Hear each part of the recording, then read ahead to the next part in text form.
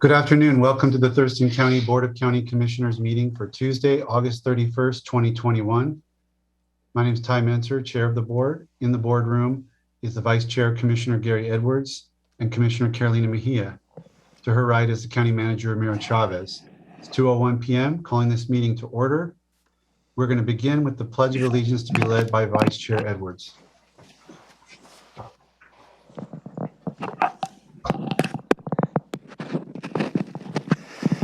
If you'll join me in the pledge, I pledge allegiance to the flag of the United States of America and to the republic for which it stands, one nation, under God, indivisible, with liberty and justice for all.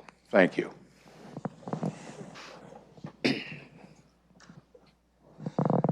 you, Commissioner. We would also like to start today with the land acknowledgement. We would like to acknowledge the Indigenous Salish peoples who have lived on and cared for the land and waterways of this county since time immemorial and who still inhabit the area today, specifically the Squaxin Island, Nisqually, and Chehalis people, our sovereign tribal partners. The purpose of this acknowledgement is to disrupt ongoing erasure of injustices done and to remember history as a stepping stone toward healing. With that, I would contemplate a motion regarding the proposed agenda for today's meeting. Yes, sir. I would move to approve the agenda for Tuesday, August 31st, 2021. Second. It's been moved and seconded. I'll call for the vote. Commissioner Mejia? Aye. Commissioner Menser? Aye. Commissioner Edwards? Aye. Motion carries. Agenda is approved. Is there a motion regarding board meeting minutes from August 24th? Yes, sir. I'd move to approve the board meeting minutes from August 24th, 2021. Second. It's been moved and seconded. I'll call for the vote. Commissioner Mejia? Aye. Commissioner Edwards? Aye. Commissioner Menser? Aye. The motion carries and those meeting minutes are approved.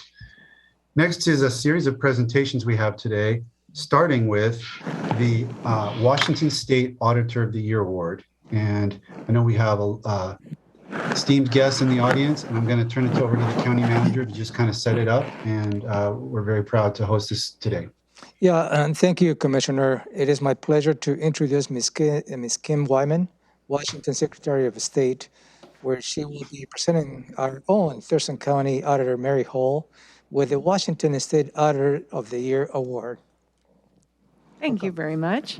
And good afternoon, Commissioners Menser and Edwards and Mejia. It's very nice to be back. It's been a while since I've been in this room. So often, and I thought I could do this, but I'm not. Those of you who don't know me, I'm a weeper, and this you'll tell. This means a lot to me, and it's really an honor to be here. So often in government, we spend a lot of time focusing our energies on problems or the issues at hand, and when things go wrong. So sometimes, like today, it's great to be able to celebrate real achievements, and I really appreciate you taking time in this meeting to give us time to really highlight the outstanding work of one of our own. Okay, here we go.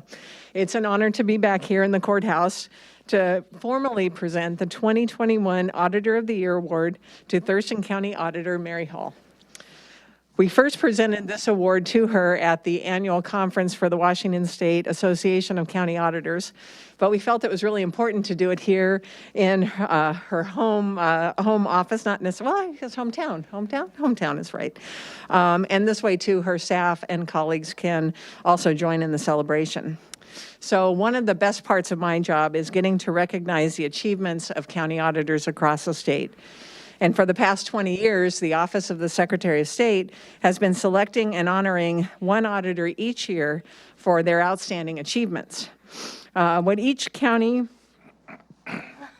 little PTS from 2020, what each county auditor overcame in 2020 in their individual jurisdictions really is highlighted here in the achievements of Mary and her team. So let's reflect a little on 2020. It was a high-profile presidential election year with many high-profile races on the ballot. We did it in a global pandemic. We had a statewide shelter-in-place order. We had school, commerce, and public venues closed. We had foreign and domestic cybersecurity threats, political polarization, civil unrest, a USPS reorganization. We also had, I don't know, the U.S. Attorney General saying that vote by mail was fraudulent and was a bad way of voting. We had accusations of election rigging from the White House, as well as all these accusations being made before a single ballot was actually printed. And comprehensive misinformation and disinformation campaigns, murder hornets. Okay. Come on, murder hornets. For God's sake, it was a year. And the highest voter turnout in a half a century. So each year, my staff at the end of the year get together and they make recommendations on who should be Auditor of the Year. And certainly in 2020, every auditor earned their stripes. But I can tell you when we sat down for this award, even though all 39 auditors deserved it, it was very clear to us that Mary Hall had earned the right. So my eyes, I can't see a single thing. My contacts are totally sick in here. Even with the amazing accomplishments of the auditors across the state, we looked at what happened here in Thurston County. And so we were coming off of a year where we had a very public transition of our voter registration system, VoteWA. Many of you probably have heard of it. And it was a little bit of a bumpy ride. And needless to say, the relationship between the Auditors Association and my office was a little frayed. And Mary stepped up and was willing to, show some leadership within the Auditors Association to really work to mend fences so we could get through 2020 together. And that leadership really made a difference because 2020, not only did we deal with what I just talked about, we implemented as a state same-day voter registration, automatic voter registration, 16 and 17-year-old future voter program, student engagement hubs, and universal voter registration. Okay, my election officials in the room, I know we're all kind of sharing in this PTS a little bit. But VoteWA was really the linchpin that helped the state get through it. And that ability for us to work together made all of those a big success in the global pandemic. So Mary and her staff stepped up and they really served their voters well. I think most of you in the room know that they turned South Puget Sound Community College into a voting center, unlike any we've ever seen.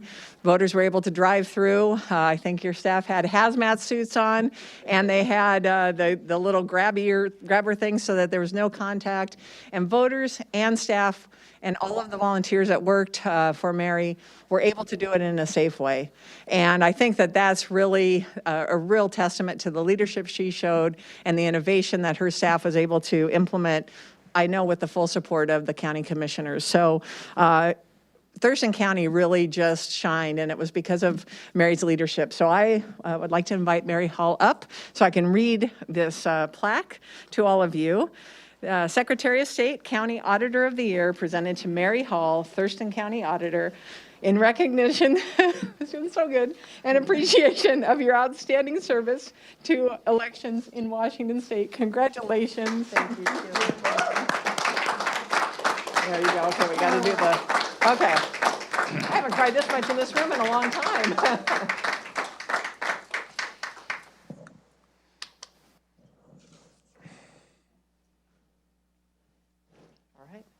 And again, thank you so much for giving us so much time. Could we have a picture with the commissioners up front? You Yeah, wanna say I'll be something? right in. Mary, would you like to say something or? Just a little bit. Yeah. The one thing Kim didn't talk about that I'm sure Dave and Lori remember is one of the hardest things in this election for me was how to deal with the last car in line. And if you knew how much time we as election officials spend on those little tiny details. How many meetings did we have? We had one at 5 o'clock on election night, right? Because you can get sued either way. So, I mean, that's a detail that you really need in elections. And thank you so much, Secretary Wyman, for your recognition. And thank you for your leadership. I mean, we did have a bumpy road. You roll out a new system, a new IT system. And, but I think we came through it, and I think you've put together an amazing framework to ensure that it continues to just get better and better and eventually be pretty amazing. So Thank you very much, and thank all of you and my staff. Wait. I have the most amazing staff on the planet. I mean, we know we're the best in the state, you know, and so thank you for that recognition. I mean, my chief deputy, Diana Benson, just pivots on a dime, and that is exactly what we had to do in 2020. Tilly attended to so many minute details and had more balls in the air than you could ever imagine, standing up a voting center starting in May, when our primary was in August. And her leadership of her staff, and nobody got sick, and butterfly nets, they were so creative. It was amazing. So I just want to thank all my staff, and really Washington State election staff are really, in my opinion, the very best in the country, so. Thank you, Mary. Before we get a picture, is the commissioners Yeah, picture, if you want to come in. picture first? Okay. You know, Chair, I'd like to throw something in here. I know you're going to be on your way out, right, Chair? Yes, sir. Okay. Why couldn't we get all of Mary's staff and Kim in on this together? Because having been a manager myself, I know that you don't reach these type of levels of excellence without a very good staff, and I'd like to see them here, and I think Mary would too. I would love to, but Oh. because of COVID, since we've certified the election. Oh, okay. Most are teleworking for safety. Oh, I was just thinking of your group, at least what you had here, but that's okay. I'm sorry. I probably opened a murder hornet nest or something. Sorry about that. Okay. Ty's on his way out here, I think. Yeah, you're in the middle. And Ty will be here in just a second. And here's a mic if you want to say anything. Get these pictures.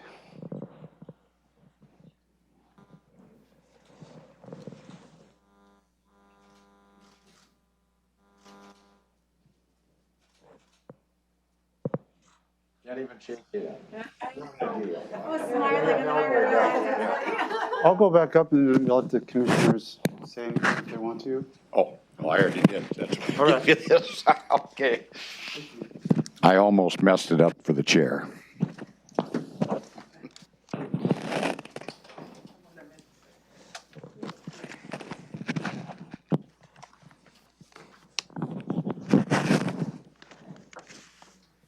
All right, thank you. So Mary, you've got a congratulations from Senator Sam Hunt, who's zooming in.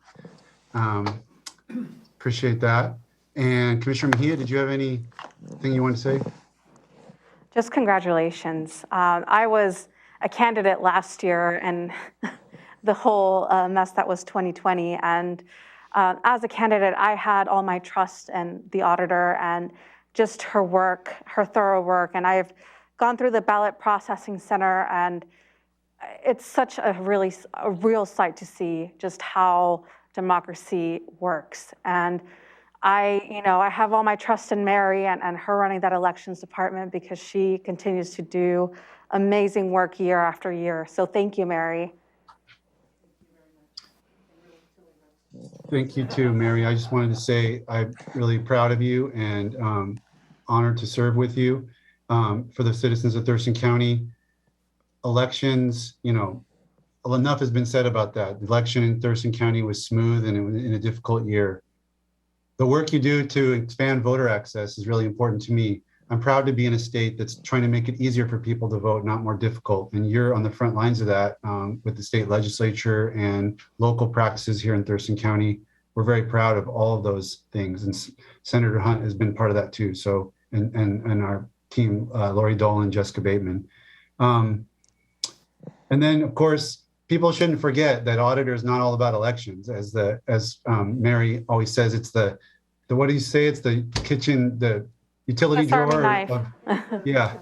So she's successful on cybersecurity, on licensing, on introducing a passports program. You name it. We're successful in our auditor's office because of Mary's leadership. So thank you and congratulations. Chair, Chair? Yes, sir. Being you can't see the crowd, I hate to cut Mary off short, and there's somebody who would really like to say something. Okay, bring them Yeah. up. Yep. So I'm. Representative if I Lori can Dolan is interject. with us. Could you come up?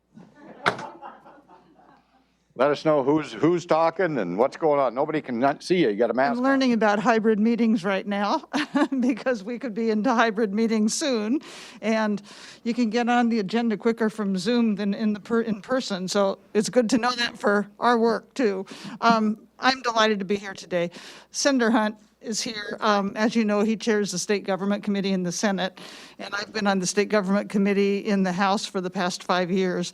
And so we work really closely with Mary Hall. She brings us some of our best bill ideas. We work really closely with Secretary Wyman and her staff. And the reason we have such great voting laws in Washington State are these people right here. I mean, we just passed the law. They actually tell us what the wording needs to be in those laws, and they have done a great job. And we are blessed to have them all in Washington State. Thank you. Thank you, Representative. All right, thank you, Lori.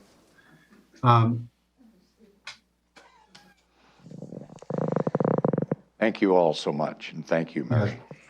Thank you. That will conclude item number 1, Commissioner. Okay, thank you so much for everybody who's here on behalf of So Mary. some of you folks can go back to work and be productive. We have an exciting Thank you, follow-up to that award, which is our notice of U.S. DOT Act Section 4F. And this is a Public Works item, and Elena Fernandez from our Public Works Department is going to give us kind of a brief synopsis of what's going on here. And Ramiro, should I turn it straight to Elena? Yes, please. Elena? Okay, go ahead. Hi, great. Thank you very much. If I can I have a couple slides. I don't know if I can either have control to show you those PowerPoint slides or if the clerk could pull those up. Go ahead. You have access to share the screen. Oh, there it is. Thank you. Let's wait a sec here.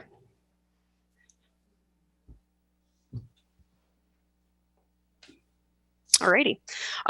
So as I said, my name is Elena Fernandez. I'm with the Department of Public Works as an environmental coordinator, and I'm presenting today just a public announcement about the intent to for a de minimis use of a Section 4F resource for the Johnson Point Road and Hawks Prairie Road intersection improvements project.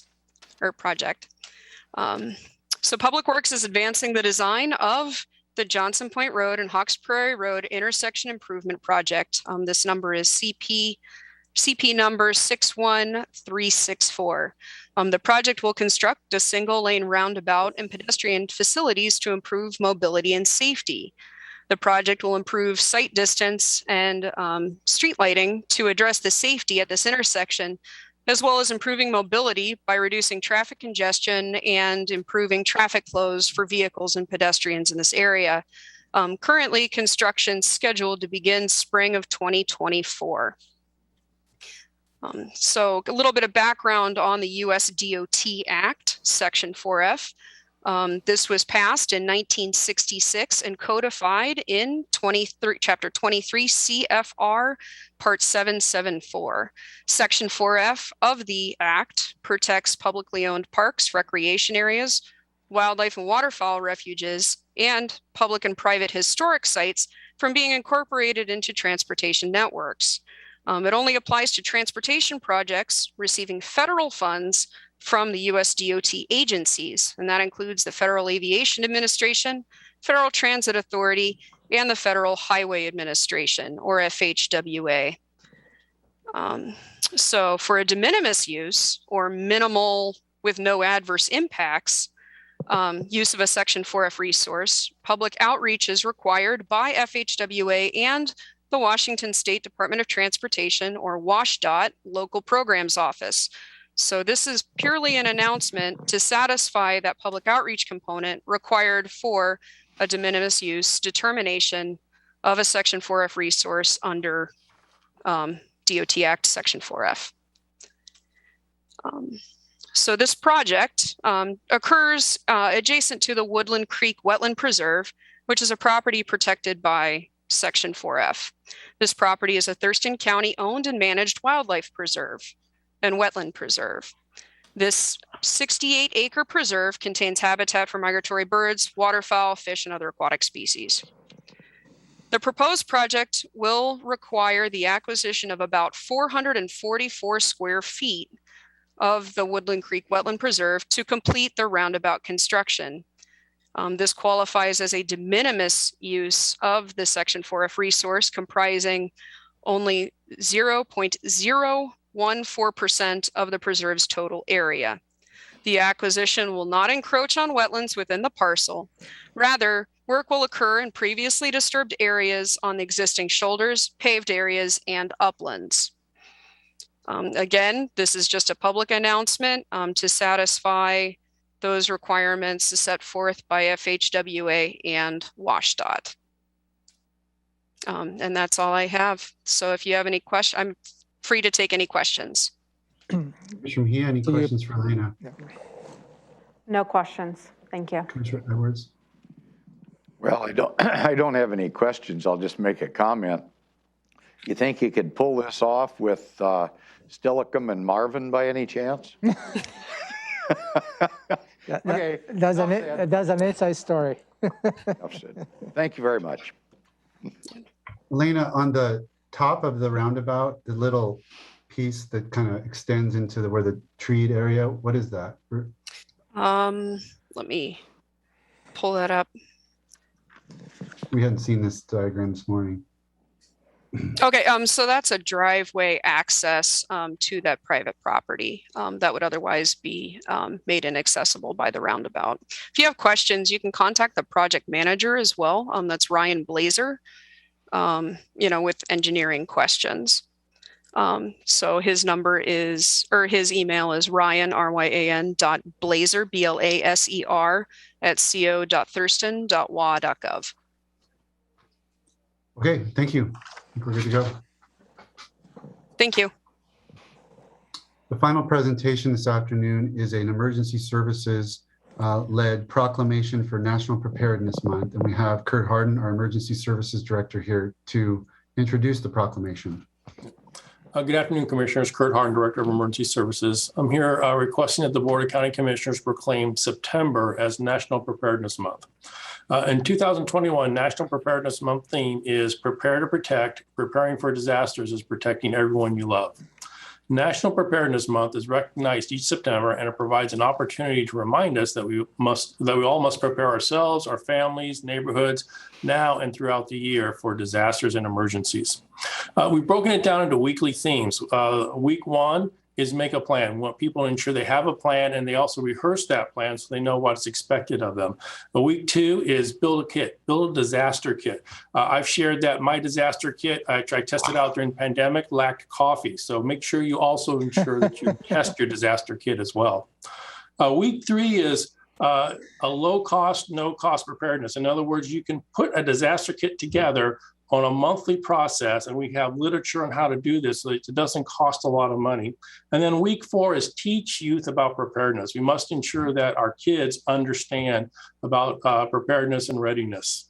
Our schedule of events as we go through September is we're going to do community outreach through traditional and social media, following the FEMA themes and using their hashtags. We're going to share and encourage people to participate in the Washington State Emergency Management Division's webinars, and it's hosted by the statewide public education work group. And then the Preparedness Expo that we traditionally do in September, we rescheduled to the spring of 2022 due to the COVID-19 pandemic.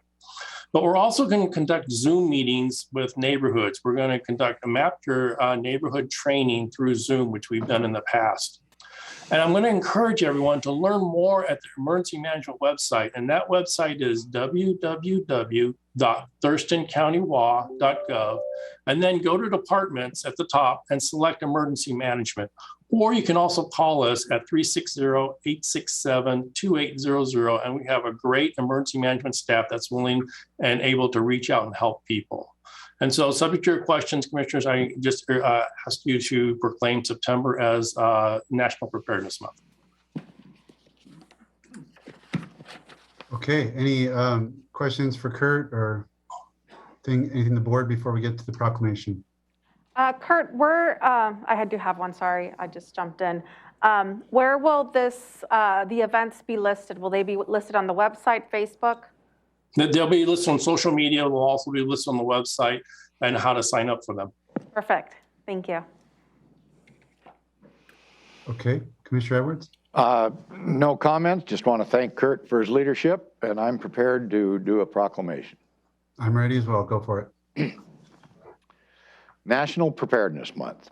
Whereas National Preparedness is recognized each September to promote family and community disaster planning and emergency preparedness now and throughout the year. And as our nation continues to respond to COVID-19, there's no better time to be involved. And whereas Thurston County has experienced disasters in the past, and scientific evidence indicates the county remains vulnerable to natural and human-caused disasters in the future. And whereas the residents of our county need to prepare themselves to be self-sufficient for a minimum of 2 weeks following a natural or human-caused disaster, and whereas county agencies and employees should be prepared so they can continue to provide essential public services after a disaster and support the county's disaster response and recovery mission. Now, therefore, be it resolved, the Board of Thurston County Commissioners hereby proclaims September 2021 as National Preparedness Month in Thurston County with the theme of Prepare to Protect. Preparing for disasters is protecting everyone you love. And urge the residents to prepare for disasters and emergencies in their homes, schools, and businesses. Adopted this 31st day of August, 2021, your Board of County Commissioners. Thank you, Kurt. Thank you. All right. Thank you, Kurt. Thank you, Kurt. Preparedness. Yeah. Go ahead, County Manager. No, I just want to say thank you, Kurt, for, again, echoing the commissioners for your leadership, especially in trying times. You have shown the diligence to continue with the mission. So thank you. Thank you. I just wanted to say that the expo that was done, the last time it was done, was fantastic. And I hope that we're able to do something like that next spring with COVID permitting. Okay, great. Thank you, Kurt. Thanks. Okay, next is opportunity for the public to address the board. The Board of County Commissioners welcomes public comment at our Tuesday meetings. However, there are some guidelines governing such comments to ensure they are appropriate and do not take advantage of the fact that most meetings are televised. I'll call two at a time, the person who's up and the person who is next in line. When you come to the podium or on Zoom, we'll go boardroom first and then Zoom. And introduce yourself, including the area of the county in which you reside. Address the board, not audience or staff. Silence your cell phones. Board does not respond to public comment directly, but on an as-needed basis, the county manager will follow up with specific items. Speakers are limited to a total of 4 minutes to address the board. Attendees cannot donate speaking time to any other person. The board reserves the right to restrict a person's right to speak for good cause. No comments that are lewd, offensive, inflammatory, hateful, defamatory, or discriminatory in nature. Please be respectful. No comments that are commercial in nature, such as promotion of a for-profit business. No comments regarding pending land use permits or similar items that might come before the board on appeal. And finally, any public records provided to the board may be considered public records subject to public disclosure upon requests pursuant to the Public Records Act, Chapter 4256 of RCW. So with all of that, John Pettit is first. Suzanne Klein is on deck.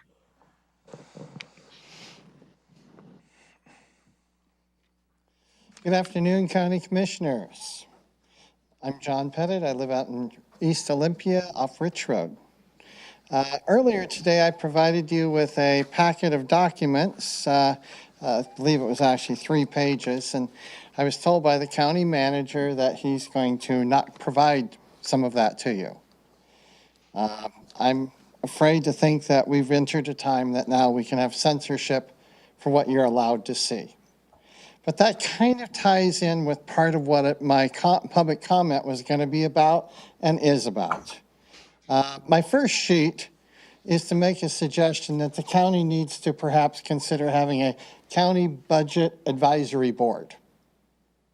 And there's a reason for this, because let's be candid.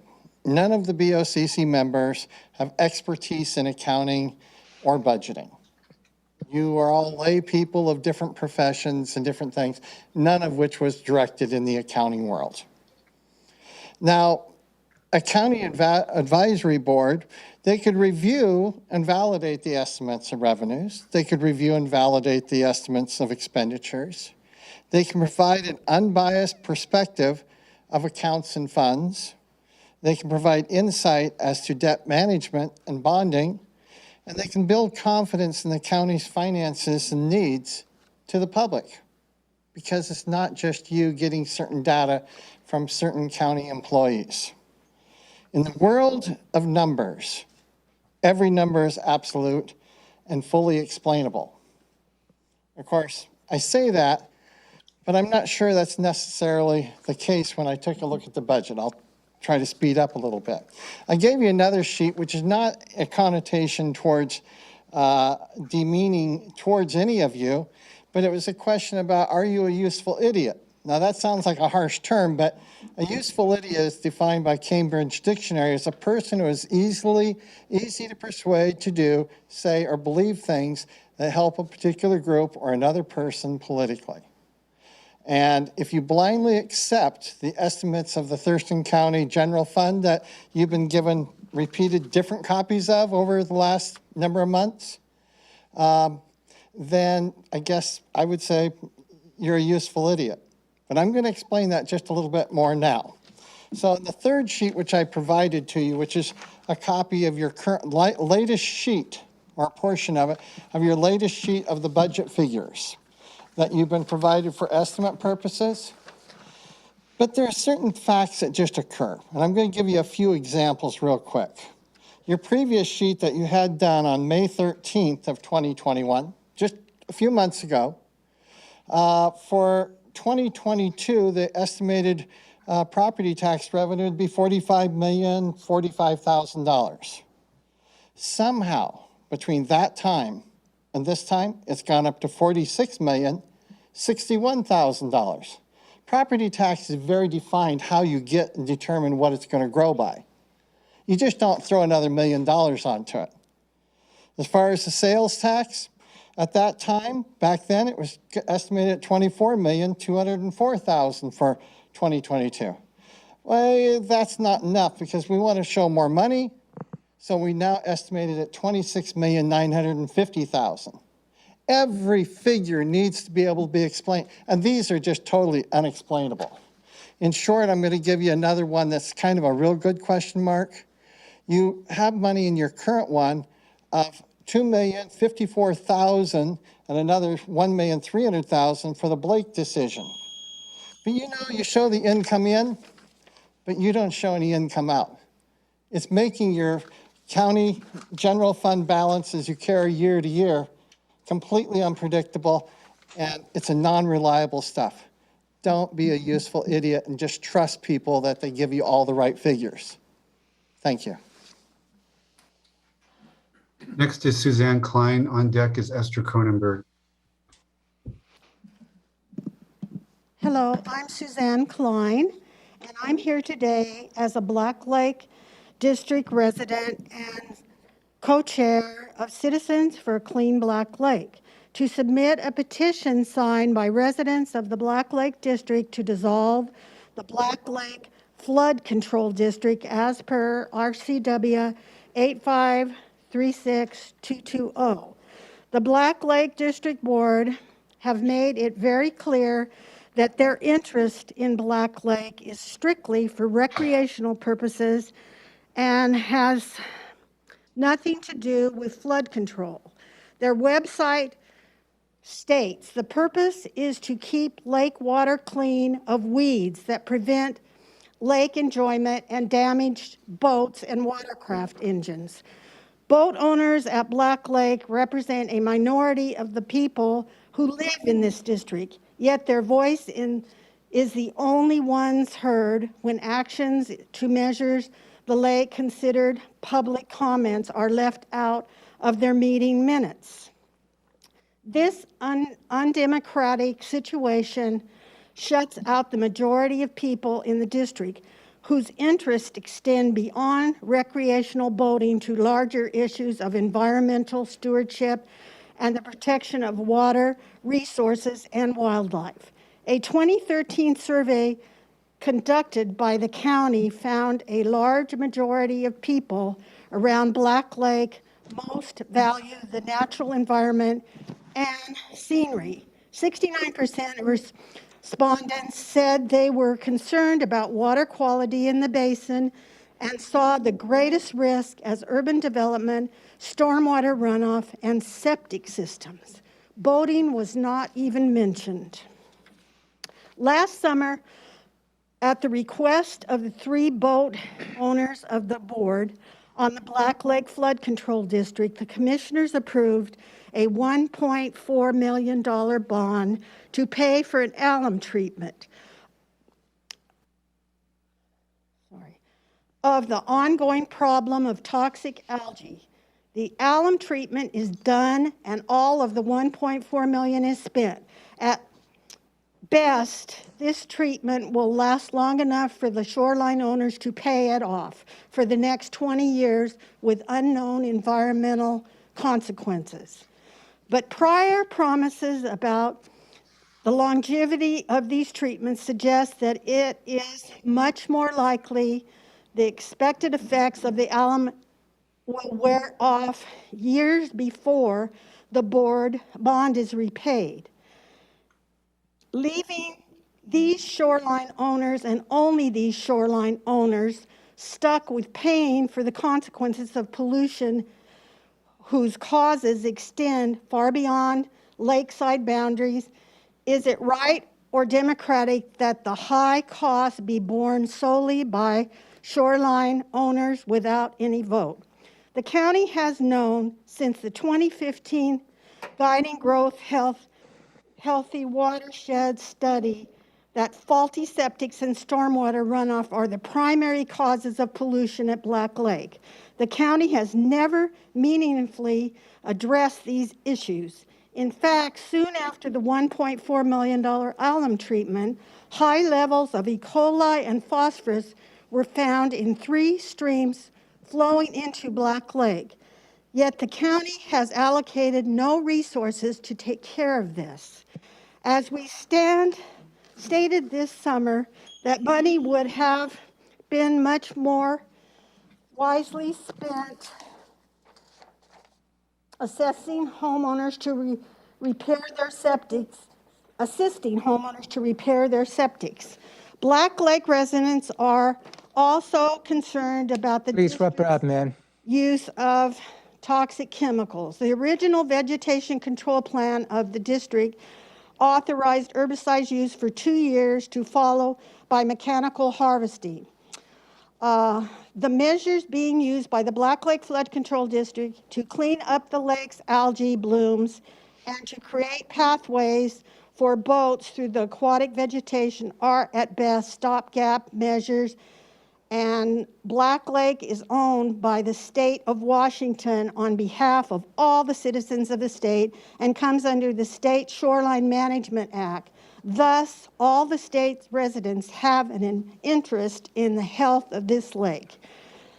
Given that funds are... Please wrap her up, man. Your time is I'm wrapping it up. Right. Yeah. Given that funds are available to deal with the nutrient loading problems, it is time for Thurston County to stop abrogating its authority to 3 boat owners on the lake and handle this situation correctly by dissolving the flood control district and establishing a lake management district. And I have the Yeah, petitions. thank you. I'll take it. Thank you. Okay.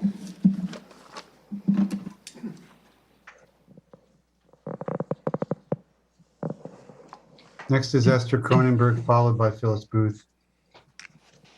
Hi, it's Esther Cronenberg from Cooper Point. I'm here as co-chair of Citizens for a Clean Black Lake to submit a petition signed by 255 Thurston County citizens in support of the district residents' petition to dissolve the Black Lake Flood Control District, which was improperly created by the county on a lake that does not flood.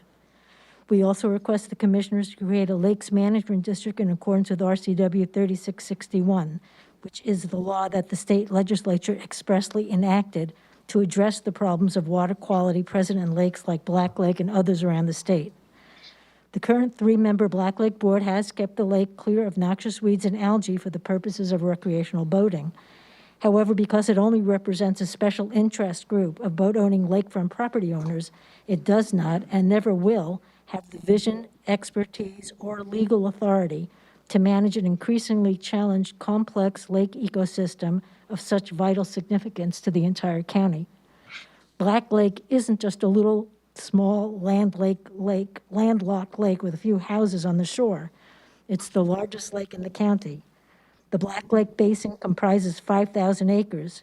It overlies 16 critical aquifer recharge areas and the drinking water supply of Tumwater and Olympia. It connects to federally protected waters in Bud Inlet and Puget Sound, home to endangered orcas and salmon. It overlies the state's strategic groundwater reservation established by the state legislature in 1986. Because the groundwater of our area is all hydrologically connected, whatever goes into Black Lake will find its way into all these vital water supplies and into waters and habitat protected by the Endangered Species Act. What happens at Black Lake doesn't stay at Black Lake. It affects all of us. No site-specific environmental review has been done for any of the actions taken at Black Lake by the Flood Control District, even though state environmental law requires environmental impact statements for projects which may adversely affect environmental sensitive areas which exist there. We're talking about the strategic groundwater reservation for the state capitol. According to WAC 173591, the Department of Ecology, in cooperation with local government agencies, shall monitor the reservation to maintain accurate information on the quality and quantity of groundwater, and local governments to protect the quality of the public groundwaters reserved for future use. RCW 9054.140 states the protection of groundwater aquifers, which are the sole drinking water source, shall be the uppermost priority of ecology, DSHS, and all government agencies with jurisdiction. To give a sense of urgency to the present situation, please consider the law that created the reservation predicted a capacity intended to serve an estimated population of 288,000 in 2033. We've already exceeded that, and development continues unabated without knowing if we have enough water to support it. How can the county legally or morally justify delegating the enormous responsibility it has to protect the groundwater supply and responsibly steward its largest lake, the environmentally sensitive area overlying 16 critical aquifers, and the outflow, which connects to federally protected waters with endangered species, to 3 lakefront property owners with no expertise? It doesn't make any sense. A lakes management district, which clearly states its purpose in its name, would require actions be reviewed by ecology, DFW, and DNR. It is more democratic, with 12 citizens acting as advisors, where all projects are pre-approved by the voters in the district, instead of the current system where 3 people make unilaterally decisions indefinitely. And LMD has obligations to enhance fish and wildlife. It would be eligible for matching grant funds, especially if presented to agencies as a project to protect the groundwater of the state capitol. It is the intended method designed by the legislature for dealing with water quality in lakes. Ultimately, we ask the board to widen its perspective on water resources and recognize and respect the interconnectedness of not only our groundwater supply, but of all the flora, fauna, and human elements of the Black Lake ecosystem that depend on each other. All these voices have the right to be heard, and we all have the responsibility to protect and restore Black Lake to the gem that it is. We urge you to once again assume that responsibility. Thank you. Phyllis Booth is next. Tanya Hanan is on deck. Good afternoon, Phyllis Booth, City of Olympia resident. I echo the previous 2 speakers. I am very concerned about our groundwater contamination. I've lived in this area over 30 years, and our species are dying off. We used to have a lot more wildlife around Capitol Lake. Their food chains are being corrupted. building is allowed on estuaries. There's no one to speak for nature, but also we've got to lay the groundwork for clean water for our children. Two of you county commissioners are raising small children, and I'm sure that that is a concern. Your mission over here says to create a community that promotes health, commerce, and environmental protection with transparency and accountability. I would like all three of you county commissioners to use your power to put pressure on the Department of Ecology to do the right thing with Black Lake and not make recreation, which is in your vision, that's the last one. Your first one is the health and safety and well-being.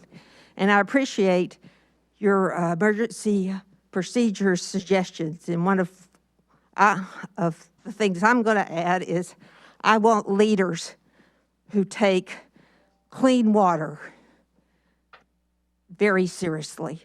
So please use your power to be spokespeople for the concerns aired by the previous two speakers. Thank you.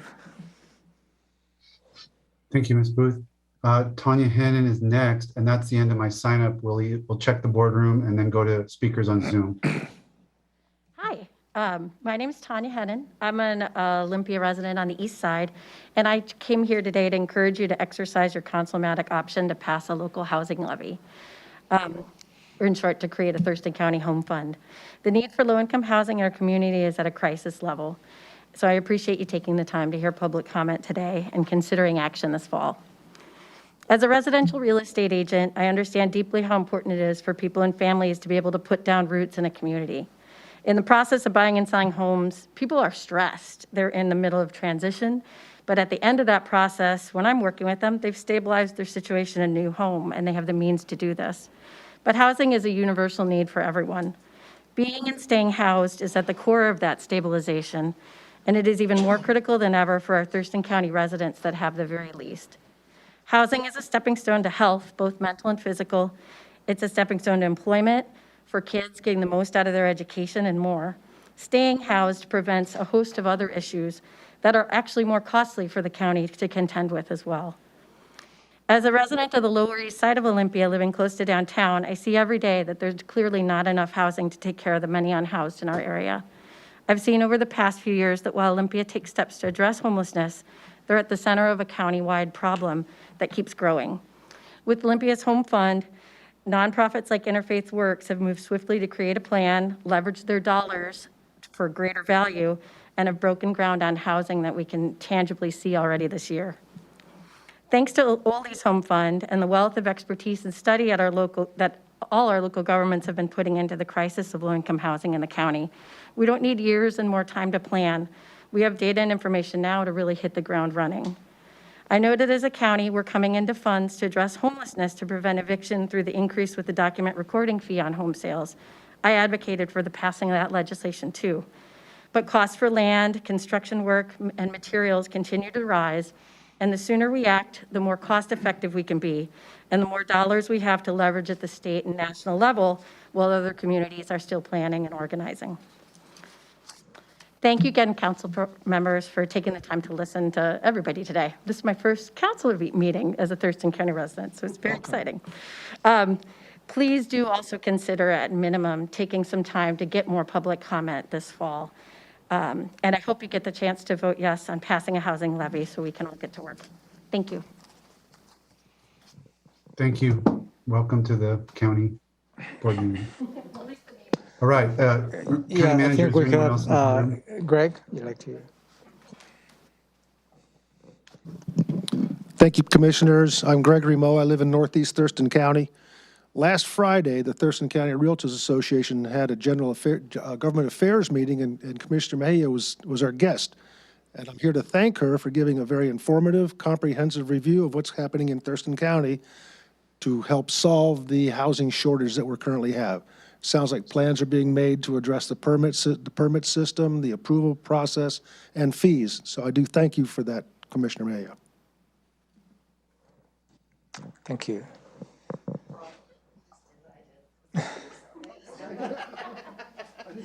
No. Well, I was hiding in the back now. And you're really taller than I am. Good afternoon. Christina Janice, resident of Northwest Olympia area.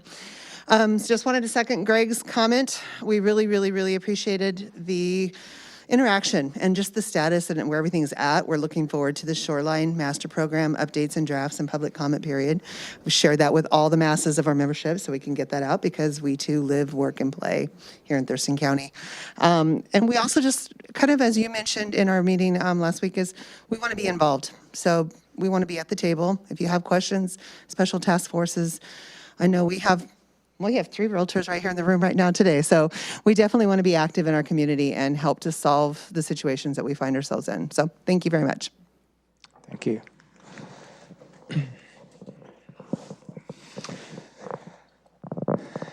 I'm going to the Zoom meeting, and I will be calling your name based on the order that I see. Mr. Daniel Cadden, please unmute yourself. You have 4 minutes.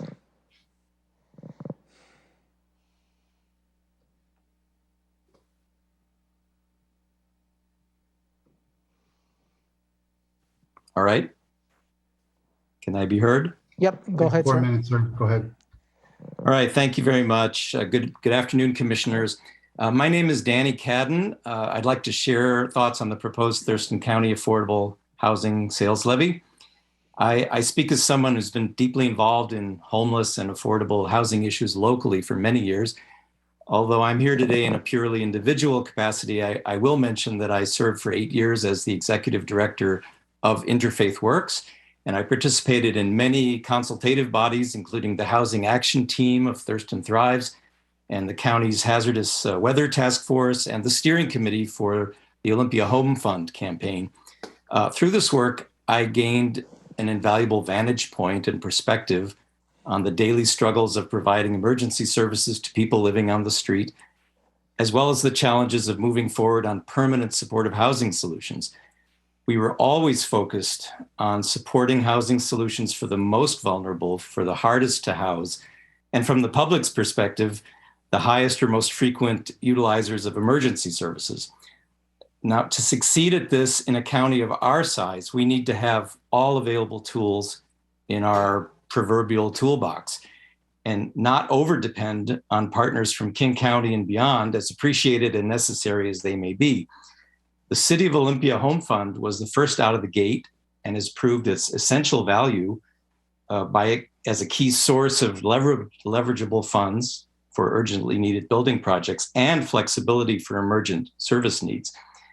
The Olympia Home Fund to date has done everything we hoped and wanted it to do, playing an indispensable role in helping real brick and mortar projects off the ground, most notably the 2828 Martin Way project, now nearing completion, and Family Support Center's permanent supportive housing project in West Olympia. Local tax-supported housing funds send an unmistakable message to other funders and potential investors that there is significant and tangible local government support. And that in turn empowers the kind of broad and robust partnerships and leveraging of capital funds that translate into success. The adoption of this relatively modest sales tax addresses a demonstrated need and public priority. It expands our overall community capacity, and fundamentally, it houses people. It provides support services that will greatly improve the likelihood that they stay housed. I should add that that includes a significant number of elders and seniors now among the homeless population. The point-in-time count and shelter statistics confirm that the average age of those on the street is well over 50. The moment we are in is urgent, but the pathway for action is a logical one. I urge you to pass an ordinance for this modest sales tax increase at the earliest opportunity. It will spur development and help projects along the pipeline. It will build all important local capacity.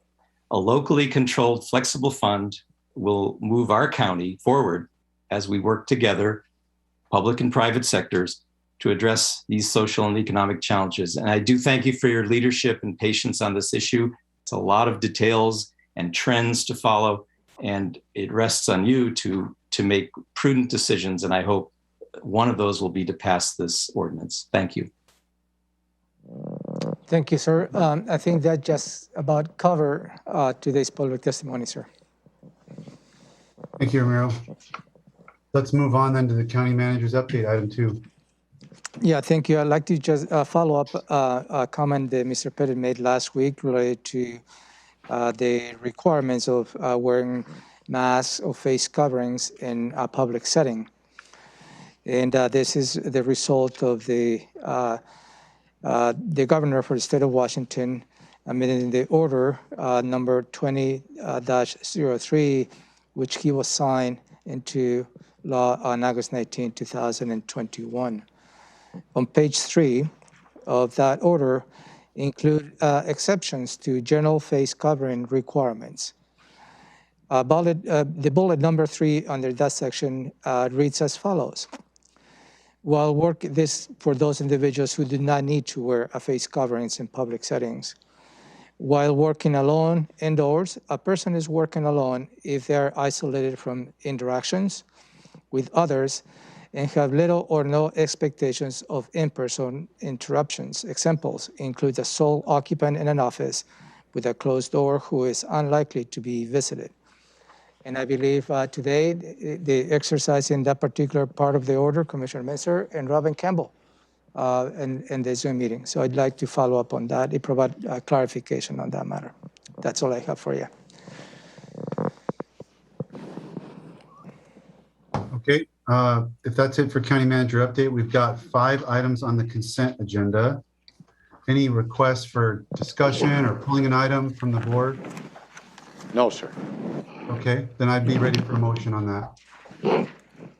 I would move to approve consent items A through E. I'll second. It's been moved and seconded. I'll call for the vote. Commissioner Mejia? Aye. Commissioner Edwards? Aye. Commissioner Menzer? Aye. Motion carries. Thank you, County Treasurer, for being present for 3 of those items. So items 3A through 3E approved unanimously. Let's go to department item 4A. It's a central services item, request for qualifications for courthouse facilities project development study. Yes, thank you, Commissioners. I don't think I have Chris Hilmer. Are you here? Go ahead and present the item. I am here, yes, sir. Go ahead. This is a request for qualifications for a project development study to determine the details related to a project to renovate the courthouse facilities and reconfigure those for future occupation by the courts and associated staff. The duration of the study will be 4 to 6 months, and it will determine the requirements and the phasing and coordination for the project to renovate these facilities. Also, will give us detailed information about cost estimates and schedule. And that's, are there any questions? Commissioner Mejia? No, sir. Commissioner Edwards? I guess I would just ask Chris, this has nothing to do with whether or not we move to 3000 Pacific Avenue, is that right? The move to 3000 Pacific will definitely have an impact on whether we move forward with this project, and if so, how we move forward with the project. The buildings need to be renovated because of their age and failing systems. So yes, the two are connected, but we need to do the project for the courthouses anyway, so we would determine how we move forward with that. And yes, 3000 Pacific would have something to do with it. But this has nothing to do with the authority of voting to go down to 3000 Pacific Avenue, is that right? That's correct. Okay. That's it, sir. Okay, is there a motion then, on item 4A? I would move to authorize the Director of Central Services to advertise a request for qualifications to solicit AE firms to perform a project development study for the renovation and reconfiguration of the current courthouse and associated facilities. And I would like to ask for one clarification from the county manager. Yes. AE firms, could you explain that? That is an architectural and engineering firm. Okay, thank you. I'll second. It's been moved and seconded. Any further discussion? No, sir. No, sir. Okay. Call for the vote. Commissioner Mejia? Aye. Commissioner Edwards? Aye. Commissioner Menzer? Aye. Motion carries. Thank you, Chris. Then we'll go to 5A, Community Planning and Economic Development. Set a public hearing for Tumwater Joint Plan Update. County Manager, Maya Teeple's here from Community Planning and Economic Maya Development. Teeple will present the item. Go ahead, Maya. Go ahead, Maya. Thank you. Thank you, Commissioners. Thank you, County Manager. Maya Teeple, Senior Planner with Community Planning. I'm here today for Leah Davis to request that the board set a public hearing on the Tumwater Joint Plan for the date of September 28th at 3 p.m. or soon thereafter.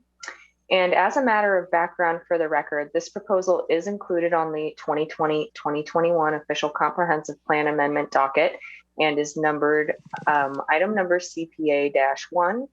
It's one of 3 North County joint plans that the county is currently working on updating under that docket item.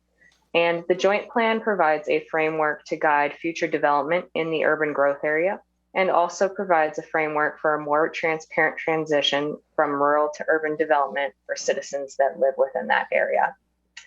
This proposed update to the Tumwater Joint Plan includes an updated 20-year population and land availability forecast, updates to the goals and policies, updates to background information in the plan, and also includes 6 proposed land use and rezoning amendments as part of the plan. Additionally, there are also proposed code amendments to Titles 20 and 22, that's the Thurston County Zoning Ordinance, and the City of the Tumwater Urban Growth Area Zoning Ordinance. The City of Tumwater and the Thurston County Planning Commissions held joint work sessions on March 31st, April 15th, and on May 20th, and also held a joint public hearing on May 20th. Following that public hearing, each planning commission produced their own recommendation. The county issued a SEPA determination of non-significance on June 4th, 2021, and received no comments for that. And then the City of Tumwater reviewed the proposed update to the joint plan with the City Council in June and July and produced a recommendation of approval on August 2nd, 2021. The board did review the proposed update and the 2 planning commission recommendations, as well as the City Council recommendation on August 12th. And at that briefing, the board directed staff to move forward with requesting this hearing. The draft that will be made available to the public includes both of the 2 different planning commission recommendations, so the board can deliberate after that public hearing. Community Planning will provide public notice of this hearing by issuing a legal notice in the Olympian, sending out a web email to interested parties, and also by issuing a press release. And all of the documents being considered will be made available on the Thurston County Community Planning webpage prior to issuance of the legal notice. That concludes my remarks, and I'm happy to answer any questions that the board may have. Commissioner Mejia? No question. Commissioner Edwards? No, sir. Plenty of discussion about this in the past. Okay, very good. Is there a motion? Yes, I would move to set a public hearing for Tuesday, September 28th, 2021 at 3 p.m. or soon thereafter at the Thurston County Courthouse, Building 1, Room 280, to accept public comment on the Tumwater Joint Plan update. Second. It's been moved and seconded. Any further discussion? No, sir. Call for the vote. Commissioner Mejia? Commissioner Edwards? Aye. Commissioner Menzer? Aye. Motion carries. We'll see everybody back on that issue on September 28th. Thank you, Maya. Next is Public Health and Social Services, request for proposals for Developmental Disabilities Department Community Project Grants. Yeah, Annalise Cole from Public Health Social Services will present the item. Go ahead, Annalise. I apologize. Good afternoon, Commissioners. I'm Annalisa Cole, as you mentioned, from the Thurston County Developmental Disabilities Program. We are requesting approval to initiate a request for proposals for services, programs, and community outreach that enhance and increase services in the community that support the health and well-being of individuals with developmental disabilities and their families. If approved, this RFP will provide $600,000 from Thurston County millage and state contract funds and up to $200,000 from Mason County millage and state funds for a 2-year contract period of January 1st, 2022 through December 31st of 2023. I do apologize, as this morning when Romero was going through the agenda setting, I realized that I had written December 2022, but it actually should read December 31st, 2023. The request for our previous year's millage, which funded the grant years of 2022 to 2021, was for $375,000 in Thurston funds and $95,000 in Mason funds. The justification for the request, for the funding increase request for this grant period is to expand the availability of community services, as many local social service agencies closed during the COVID-19 pandemic, and also to enhance services in Mason County as requested by the Mason County Board of County Commissioners during our recent ILA agreement discussion. The revenue to fund these services will come from Thurston and Mason County dedicated property tax dollars as defined under RCW 7120110. This RFP supports the following proposal initiatives, including education and personal safety, community accessibility and inclusivity, transportation, and personal growth. All proposals will be reviewed by a review panel comprised of professionals in the developmental disabilities field, community members who have knowledge of our community needs and regarding individuals with developmental disabilities. Upon completion of the review process, county staff will submit recommendations to the Board of County Commissioners for consideration. In the RFP process, county staff provides technical and administrative support to the review panel, but does not participate in the process of selecting proposals for recommendation to the board. If approved, this RFP will be sent to over 100 local service providers, posted on county social media sites, posted on Thurston and Mason County media outlets, and on the Thurston County Developmental Disabilities website. I welcome any questions or concerns from the commissioners. Commissioner Mejia? No questions, sir. Commissioner Edwards? No, sir. Plenty of discussion. Okay, very good. I have none either. So is there a motion on 6A?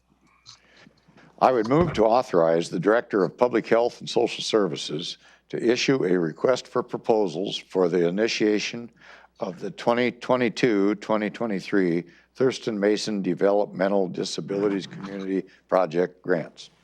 Second. Been moved and seconded. Any further discussion on the motion? No, sir. No, sir. Call for the vote. Commissioner Mejia? Aye. Commissioner Edwards? Aye. Commissioner Menzer? Aye, the motion carries. Thank you. Thank you, Rita. Thank you. Okay, Public Works is next. 7A involves an ordinance restricting compression brakes on Little Rock Road Southwest. I see Becky Kahn is here, although Matt Unzelman is listed, but Becky, are you presenting today? Okay, Yes, I am, Commissioners. Thank you.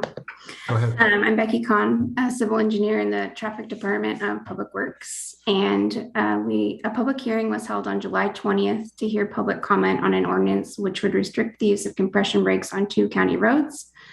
Public Works was given direction from the board to move forward with the compression brake restriction on Little Rock Road between Albany Road Southwest and Sargent Road Southwest. And so today Public Works is requesting the board approve the ordinance amending Thurston County Code Section 12.37.197 to prohibit the use of compression brakes on Little Rock Road between Albany Road Southwest and Sargent Road Southwest. With that, I'd be happy to answer any questions. Commissioner Mejia? No, sir. Commissioner Edwards? No, sir. So Becky, just to clarify, staff came with a recommendation for 2 roads. The board considered public comment and discussed amongst themselves and decided to modify that recommendation and grant the restriction on 1 road. Correct. Okay, thank you. Okay, is there a motion then on 7A? Yes, sir. I'd move to approve an ordinance amending Thurston County Code Section 12.37.197 to prohibit the use of compression brakes on Little Rock Road Southwest between Albany Road Southwest and Sargent Road Southwest. Second. Been moved and seconded. Any further discussion? No, sir. No, sir. I'll call for the vote. Commissioner Mejia? Aye. Commissioner Edwards? Aye. Commissioner Menzer? Aye, motion carries. Thank you, Becky. Next item is also Public Works 7B, request for proposal for a solid waste, moderate risk waste transportation and disposition management services contract. Jeff Bickford, our solid waste manager, is present to present this item. Good afternoon, Commissioners. I'm Jeff Bickford, the Solid Waste Manager. And this item at Thurston County Solid Waste Division operates a permanent household hazardous waste collection facility. We call it HAZA House. It's for the collection and proper management of household hazardous waste and conditionally exempt small quantity generator waste. HAZA House provides residents and local businesses a safe and reliable disposal option for moderate risk waste. Annually, approximately 25,000 customers use that facility, dropping off upwards of 100 tons of waste per year. The facility is staffed and operated by Thurston County employees and regulated under a solid waste handling permit by the Thurston County Public Health and Social Services Department. The county requires transportation and disposition management services for this moderate risk waste, as we don't have the necessary resource or expertise to perform those types of services. We require that these services on a recurring, regular basis for continued operations. So the Solid Waste Division is requesting the Board of County Commissioners to approve issuance of a request for proposals for moderate risk transportation and disposition management services. In reviewing the Solid Waste Division contracts and procurement, transportation and disposition management of moderate risk waste from the HAZA House has been identified as a service that requires a contract update and should be put forward for a competitive RFP process. And which is most likely to result in meeting our operational needs and delivering the greatest value to the public. So upon receipt, review, and scoring of the submitted proposals, the ranked proposals and financial impacts of any proposed contract will be presented to the Board of County Commissioners for consideration and approval under a separate action. So all solid waste related contract expenditures will be funded through revenues from solid waste facility tipping fees, as well as some grant funding from the Department of Ecology. And with that, I'd be happy to answer any questions. Commissioner Mejia? No, sir. Commissioner Edwards? Just so the public understands this, from HAZA House, last year we actually kept 100 tons of hazardous materials from being maybe improperly disposed of. That sound about right? Okay, I'm prepared to make a motion, sir. Okay, go ahead. I would move to authorize Public Works to issue a request for proposal for moderate risk waste transportation and disposition management of the county's moderate risk waste collected at HAZA House. Second. Been moved and seconded. Any further discussion? No, sir. No, sir. I'll call for the vote. Commissioner Mejia? Aye. Commissioner Edwards? Aye. Commissioner Mensah? Aye, the motion carries. Thank you. Next is 7C, also under Public Works, setting a public hearing for the 6-year Transportation Improvement Program. Scott Lindblom, County Engineer. Good afternoon, Commissioners. Scott Lindblom, County Engineer with Public Works. This item for your consideration this afternoon is to schedule a public hearing to consider public comment on the county's proposed 2022 to 2027 Transportation Improvement Program. The requested public hearing would be on September 28th, 2021 at 3 o'clock or as soon thereafter as the matter may be heard. Pursuant to RCW 36-81-121 and the Washington Administrative Code 136-15, the board is required to adopt, before adoption of the budget, is required to adopt a 6-year transportation improvement program. This program outlines the county's future transportation plans for improvements and projects. Adoption of this TIP, as we call it, and the annual road program, which is essentially the first year of the TIP, it authorizes me, the county engineer, to approve right-of-way plans for specific projects in the TIP and in the annual road program.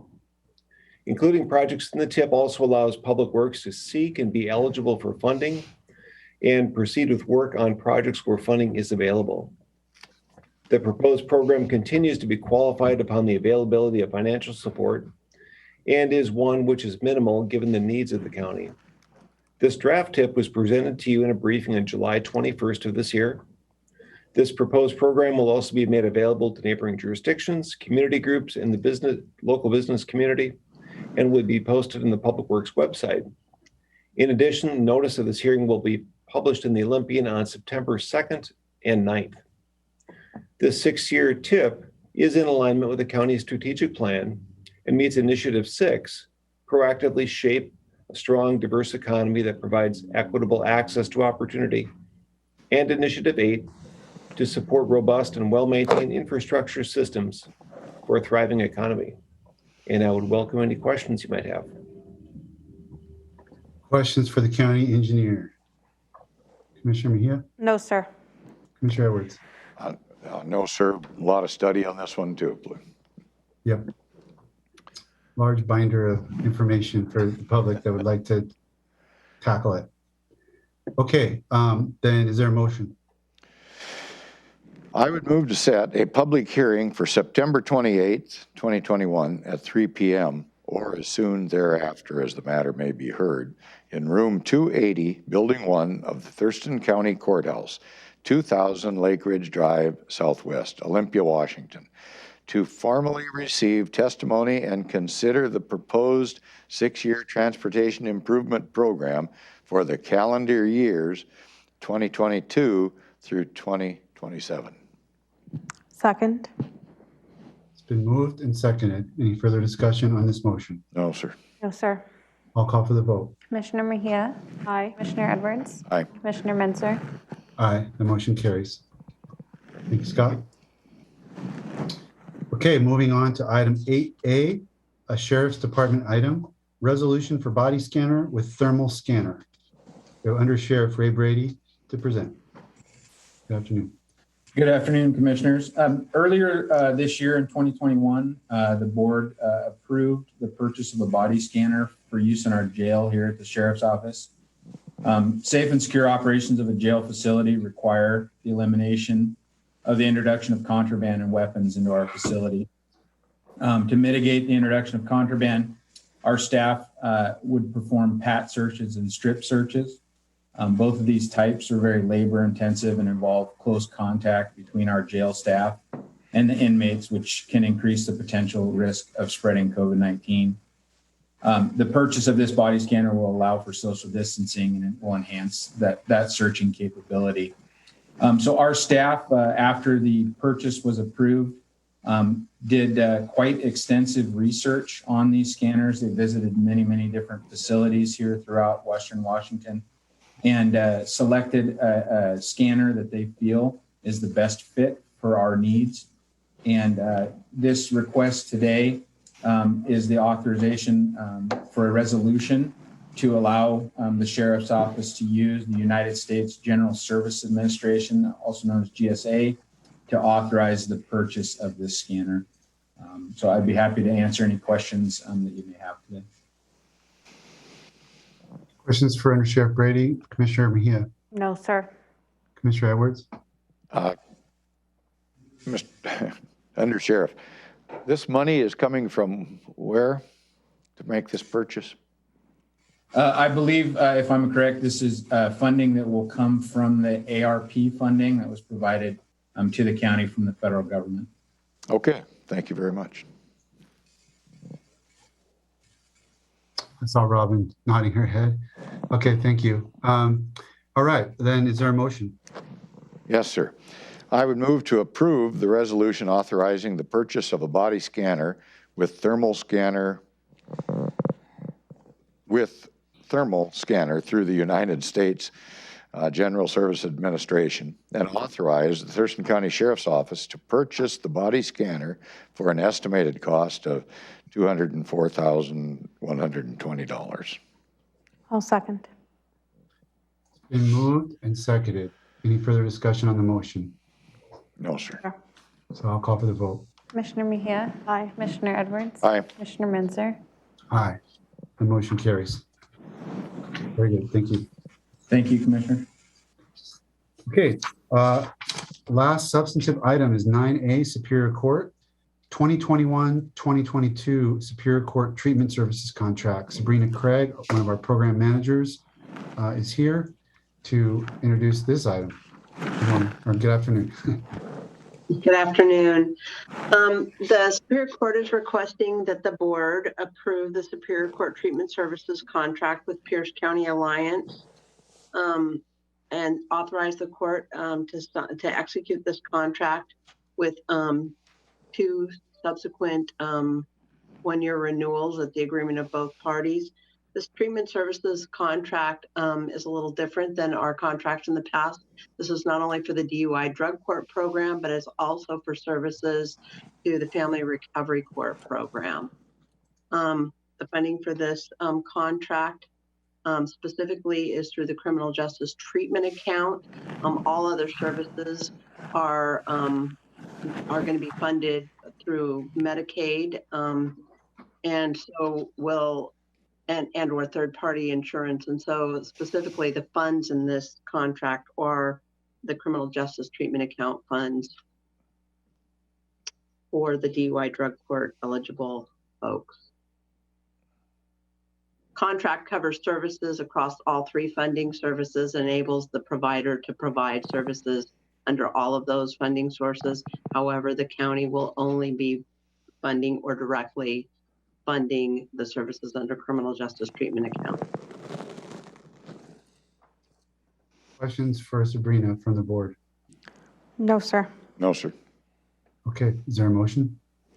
I would move to approve the Superior Court Treatment Services contract with Pierce County Alliance Treatment Services as a result of the request for proposal conducted in July of 2021 for the term of August 1st, 2021 to June 30th, 2022 for $58,942 and to authorize 2 one-year contract renewals upon agreement of the parties and available funding. Second. Been moved and seconded. Any further discussion? No, sir. No, sir. Call for the vote. Commissioner Mejia? Aye. Commissioner Edwards? Aye. Commissioner Menzer? Aye. Motion carries. Thank you, Sabrina. Thank you. All right. Bringing us to item 10. 10A is the commissioner's reports on anything under the sun, really. So I'll start with Commissioner Mejia. Yes, so yesterday I did, along with Commissioner Menzer and other staff, a training on naloxone. I learned a lot about it, and or Narcan, yes. And so glad to have received the training. Like Commissioner Menzer, I thought the training would be like Pulp Fiction where the guy shoots I was thinking about needles, but no, it's actually a nose spray. So then I went to the AAPI celebration on Saturday at the community center, and there was just great to see the community center come up, and they're going to have many events throughout the year, but this was one of their first ones, and it was great to see so many community members. It was my first time also trying the masala donuts, and I invite anyone who hasn't tried them before to try them because they're delicious. On Friday, I went and reported at the Realtors Association. Thank you, both Greg and Christina, for the invitation. I appreciated being there and being able to report on some of the things that the county is doing. And on Wednesday, I went to the Regional Housing Council, and the only thing that I have to report on this, there's been conversations between the hat that reports under Thurston Thrives and their coordination with the Regional Housing Council. And so we are planning a meeting between the Executive Committee for Regional Housing Council, which is me and Councilmember Cooper, and the Executive Committee of Thurston Thrives, and seeing how we can partner together when it comes to housing issues by getting together providers and as well as elected officials and seeing what we can come up with. So that will be coming down the pipeline later on. Other than that, that's all I have to report. Thank you, Commissioner Edwards. Having been here a while, I've already had NARCOM training, so I didn't get to do it with you folks. Been there and done that. Anyway, I think I'd like to take my moment here, if you will, and recognize Ann Shipley for her 30 years of service to the citizens of Thurston County on the Thurston County Fair Board. And she thinks it's time to go out the door. Well, you know what happens when a lot of other people think that? Well, maybe they're kind of easing their way out. I can tell you she never eased her way out. I was announcing for the municipal parade out at Rainier this weekend, and here comes Ann Shipley driving the fair vehicle to advertise for the fair. So she's working right up until the last minute, and she deserves a lot of credit for all the commitment and time that she put in to make our fair great and to help the young people in this community better themselves. That's what she was all about. Thank you. Thank you, Ann. Thank you, Commissioner, for that recognition. Very appropriate. My week was working as far as issues related to the budget and to housing.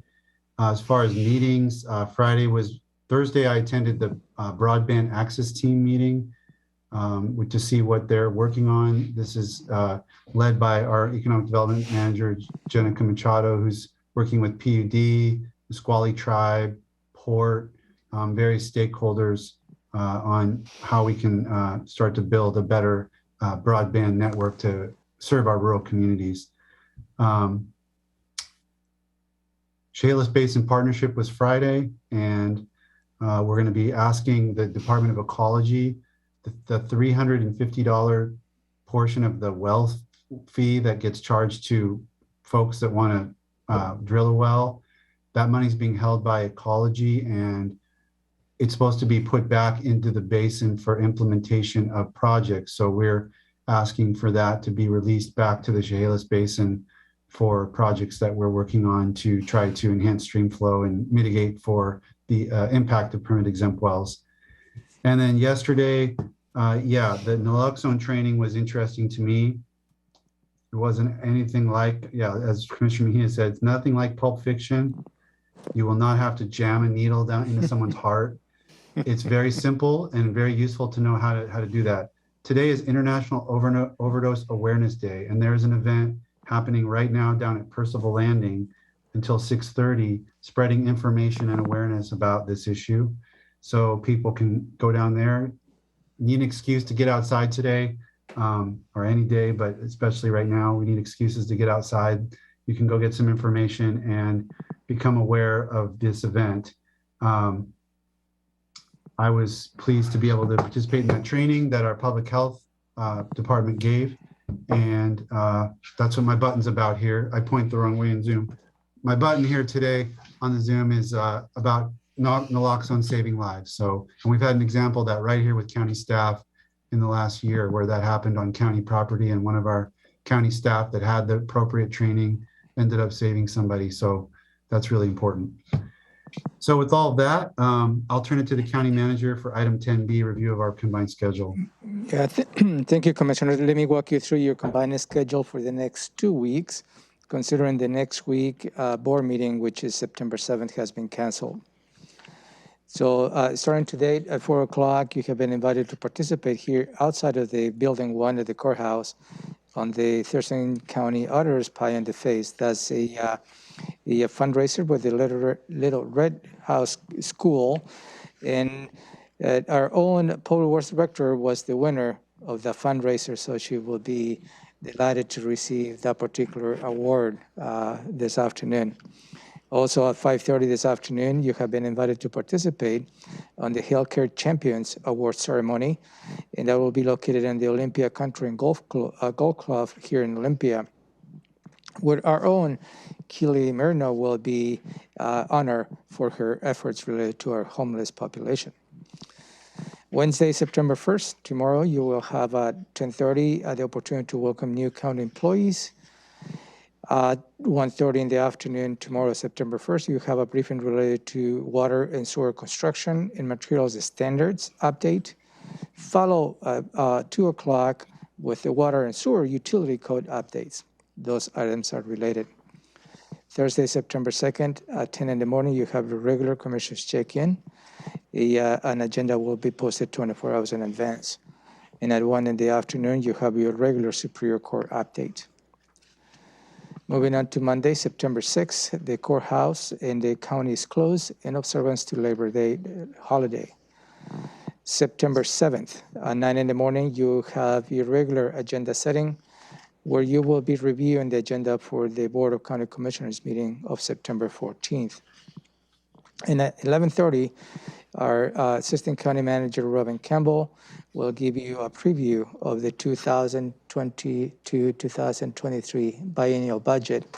And that is the beginning of many, many conversations you'll have related to this budget preparation, which starts on Wednesday, September 8th. You have a budget work session from 9 to 4 p.m. We'll make sure that we'll give you enough time for a break in between, lunch break. Thursday, September 9th, continue with the budget work session from 9 to 4 with a break for lunch. Friday, September 7th, you can be invited to participate on the American Legion Post 94 Annual Awards Membership Banquet. That will be located on the American Legion Post 94 at 2602 Marvin Road Southeast in Lacey. Saturday, September 11th, you have been invited to participate at 1 in the afternoon to the First Responders Potluck Barbecue located in Tenino City Park at 212 West Park Avenue, Tenino, Washington. Moving on to Monday, September 13, you have your standing Washington State Association of Counties virtual assembly at noon. And then you will be convening back here on Tuesday, September 14 at 9/11 at 9 in the morning, where you will be having your regular agenda setting. Thank you. Anything else for the good of the order before we adjourn? No, sir. No, sir. All right. Thank you very much today, everybody. We're adjourned. Thank you.